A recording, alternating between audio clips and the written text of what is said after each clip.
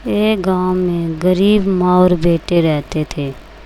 भाद्रपद महीने में ऋषि पंचमी आई तो बेटा अपनी माँ से बोला, माँ मैं अपनी बहन के घर राखी बंधवाने जाना चाहता हूँ। माँ ने कहा, इस गरीबी में बहन के घर क्या लेकर जाएगा। बेटा बोला, लकड़ी बेचने से जो भी पैसे मिलेंगे वही लेकर चला जाऊंगा। और वह अपनी बहन के घर पहुंच गया। उस समय बहन सूत काट रही थी। सूत का धागा बार बार टूट रहा था। बहन उसे जोड़ने में व्यस्त थी। देख ही नहीं पाई कि भाई आया है। भाई ने सोचा, अमीर बहन के मन में गरीब भाई के प्रति प्रेम नहीं, और वह वापस जाने लगा। इतने में बहन का सूत का तार जुड़ गया। उसने जैसे ही नज़र उठाई तो देखा भाई जा रहा है। वह दौड़ कर गई और भाई से बोली, भैया मैं तुम्हारा ही इंतज़ार कर रही थी। सूत बार बार टूट रहा था इसलिए बोल नहीं पाई। भाई को बड़े प्यार से बैठाकर राखी बांधी। भाई ने अपनी बहन को सुंदर भेंट दी। बहन खुशी से पागल हो रही थी। उसने पड़ोसन से सलाह की और पूछा, मेरा प्यारा भाई आया है, उसके लिए क्या खाना बनाऊं। पड़ोसन ने कहा, घी में चावल बना लेना और तेल का छौंक लगा देना। बहन भोली थी। पड़ोसन ने जैसा कहा वैसा ही किया। 2 घंटे हो गए।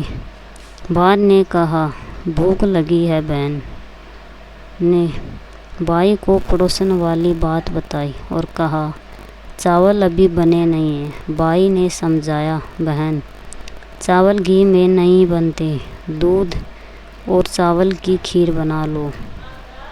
बहन ने खीर बनाई और सब ने भोजन किया। सुबह अंधेरे भाई को जाना था। बहन ने सुबह जल्दी उठकर गेहूँ पीसे और लड्डू बनाकर भाई के साथ डाल दिए। थोड़ी देर बाद बच्चे उठे और बोले, हमें भी लड्डू चाहिए। बच्चों को देने के लिए लड्डू तोड़ा तो उसमें से सांप के छोटे छोटे टुकड़े निकले। उसे भाई की फिक्र होने लगी। वो तुरंत दौड़ी। बहुत दूर जाने के बाद भाई दिखा तो भाई को आवाज़ लगाई।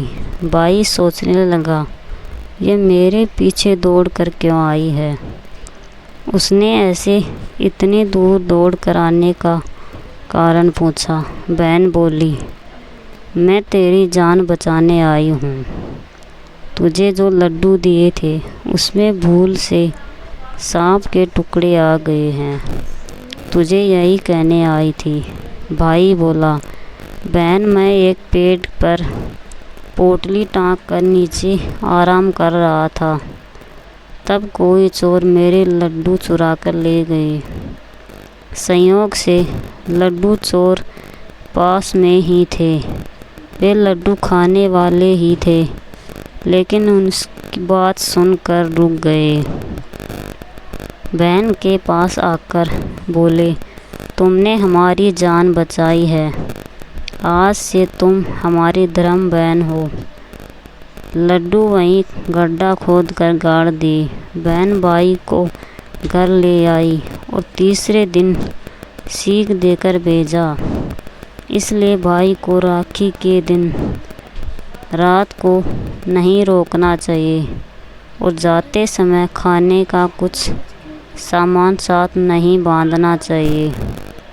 खोटी की खरी, अधूरी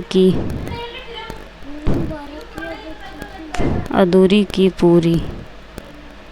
थैंक यू।